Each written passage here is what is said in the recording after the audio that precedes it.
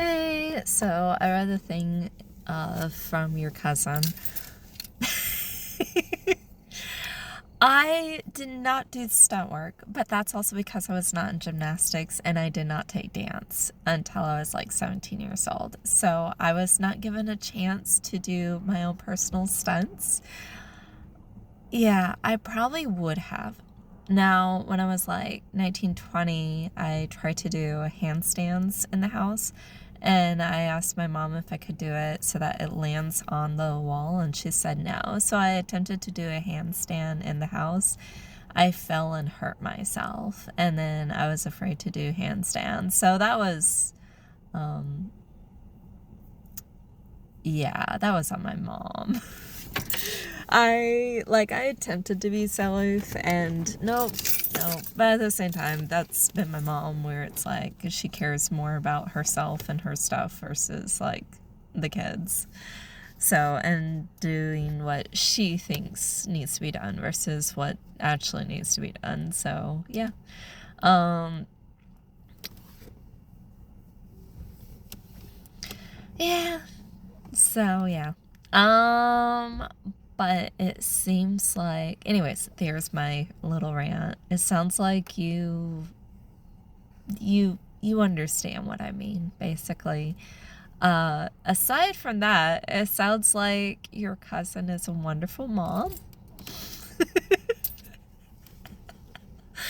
just is trying to keep her kids alive. Well, her kids go and do random stuff. I think it's adorable where her daughter is just like, I think I saw it like a few months ago or however long, where basically the daughter was just randomly doing cartwheels. I'm like, oh man, if I was her age, like her daughter's age, I would probably be found doing cartwheels randomly also. I approve of that so much. Now, however, even though I couldn't necessarily do cartwheels, I did like to go into the backyard and dig up roly-polies and catch frogs, and yeah, that was my type of feral. It was a lot of fun. So, yeah, feral boys or feral girls, that sounds delightful. And so, yeah, like I loved hanging out with my dad and going hunting with my dad and doing other stuff with my dad. So, for me, overall, that was enjoyable. So, yeah. Um, let's see. What else is there? I also realized why you kind of withdrew. Um, at least I think I do. It was basically because I had mentioned again about me doing an interview for the state or like for a job that's in the state that I'm looking at moving to. And I understand why you're upset about that. Overall, like, whenever I mentioned about, initially why I'm moving, mainly it was because, um, I was hurt, um, and just, I was hurt. That's really all it is. Um, the long and short of it, to some of it, I was hurt.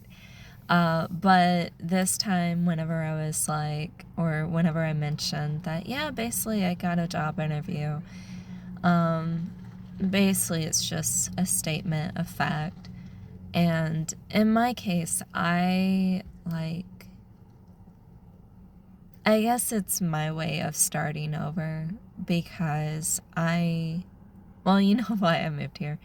But basically, me moving away is a way of me starting over. And wanting to live out that dream life in a way. I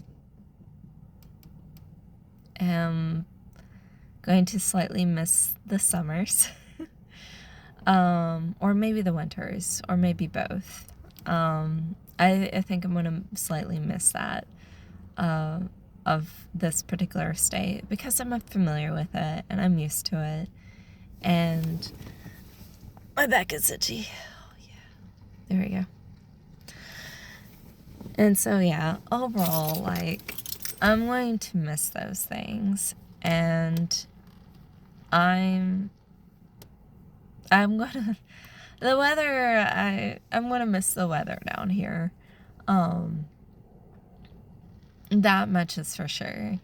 One friend of mine, I don't think I told you this, maybe, but she was like, yeah, you can move to Florida or move to the South where it's warmer. I'm like, that will be Florida. So, yeah,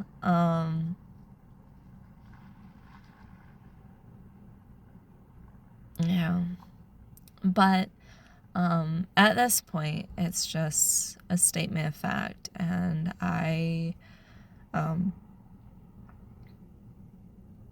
I want to have a home. I want to have an emotional, mental home. I want to have a physical home because living in my car, it's kind of nice to a certain degree, but I really, really wish I had an area where I was like, I really wish I had an area where I could basically stretch out and not just at the hydro beds at Planet Fitness, which they're great, by the way. They really, really are. But it's a very public place. I wish I had a home so that way, while I can have some kind of privacy to a certain degree, especially if I go to different areas like different churches or something, like I'm in my car, which there's windows all around. So like right now I'm in a parking lot and almost anyone can look in and see.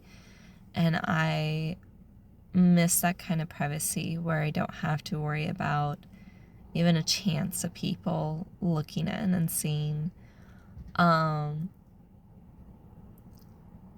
I wish I had it where all my stuff was out, so that way I could easily grab one thing or another.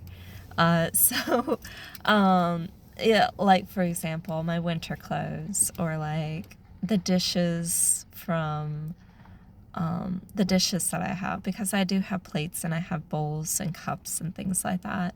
So I do wish I had that. Um, yeah, those are the main things that I wish I had. And like, so yeah, I wish I had a physical home.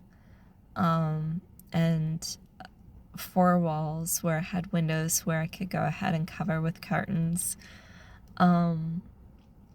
Yeah, I think those are the main things that I wish I had. Uh, and again, like a emotional mental home. Um, but yeah, overall, and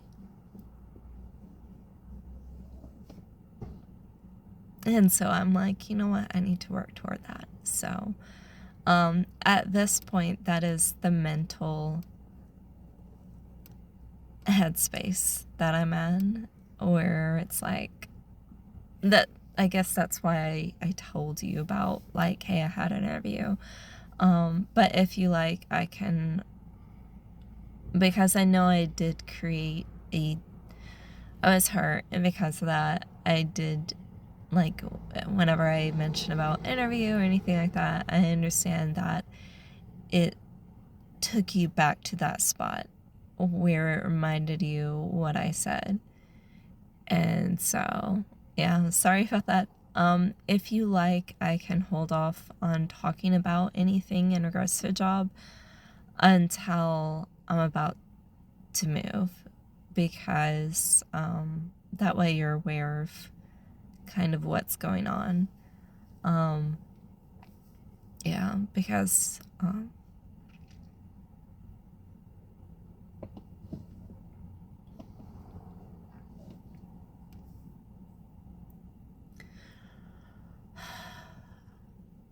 yeah, being here, it's, I guess, the subconscious idea that, hey, something still could happen. or like keeps me hoping that something will happen, even though it's like realistically 99% sure it's not going to happen. There's that. And then also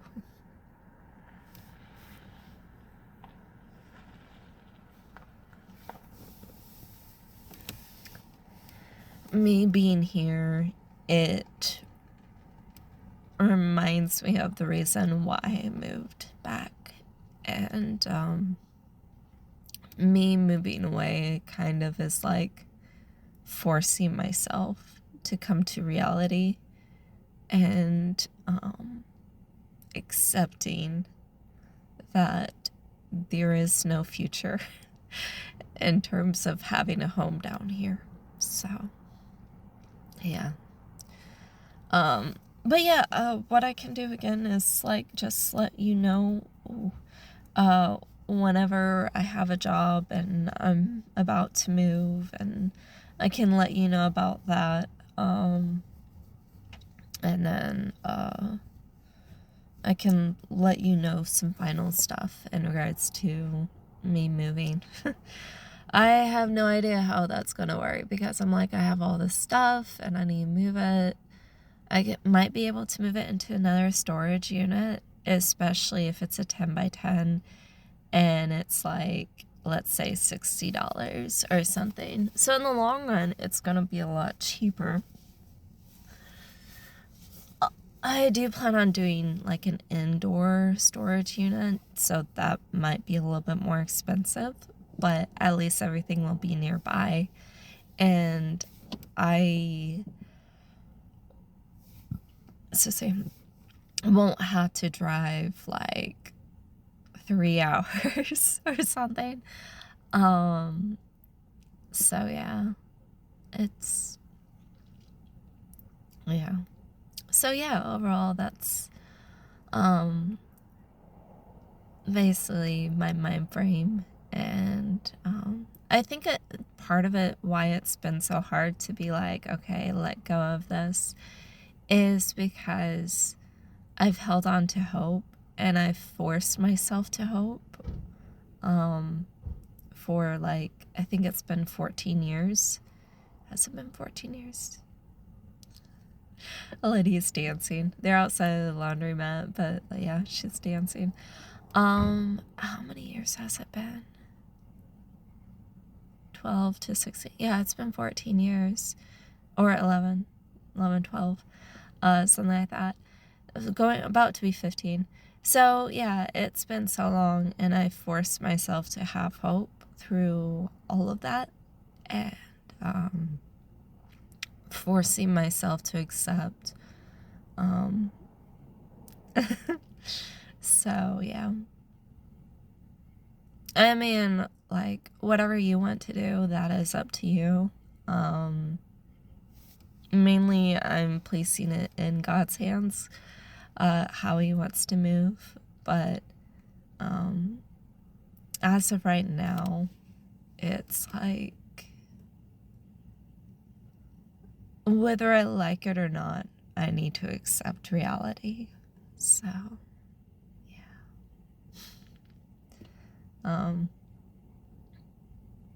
But yeah, I'll talk to you later.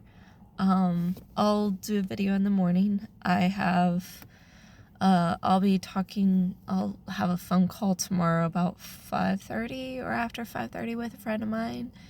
And then I'll be going into work about 8 or shortly before that. And then after that, I have work from 8 until 2 a.m. with the horrible manager. Like, she's literally one of the worst managers I've ever worked with, and I think I've told you this. And then the next day, I have work about 5, but I want to see about getting there probably about 4 or something. And then I'll be getting off about 2 a.m. And then Sunday, like, I get there about 2, and I would love to close, but usually they close with like 2-3 people. And Sunday, like, if I stayed and closed, it would be 4 of us. So I'll be there about 2 until 8 p.m. or so. Yeah. Anyways, I'll talk to you later. I hope that you have a wonderful day, and wonderful night. I hope you sleep well.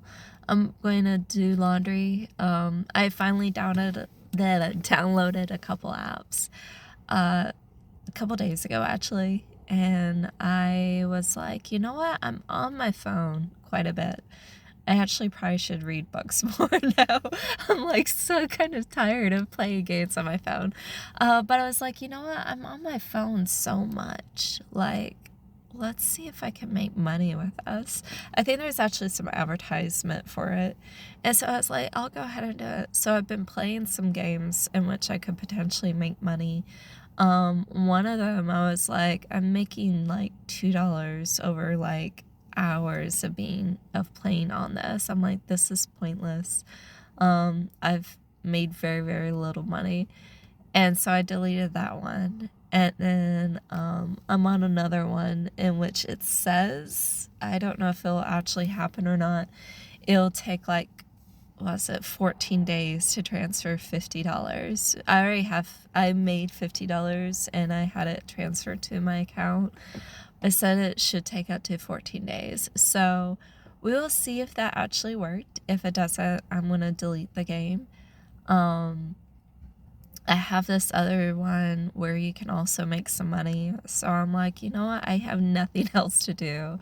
So I'm just going to go ahead and play these games, probably read books, and that way it gives me something semi-productive to do. So that way I'm not just like, hey, I'm playing games on my phone and doing nothing. But it's like I'm playing games on my phone and I'm making a little bit of money, even if it's like $10. Ooh, Popo going after someone. Even if it's $10 over a day, at least it's like something. And I'm not driving my car because I know gas is not the cheapest. I think last time I filled up my car for $56 instead of the normal $60. So that was a good thing. But another Popo, quietly. I bet it's an alarm, so they're going after it. Because sometimes whenever the alarm is triggered, I found that,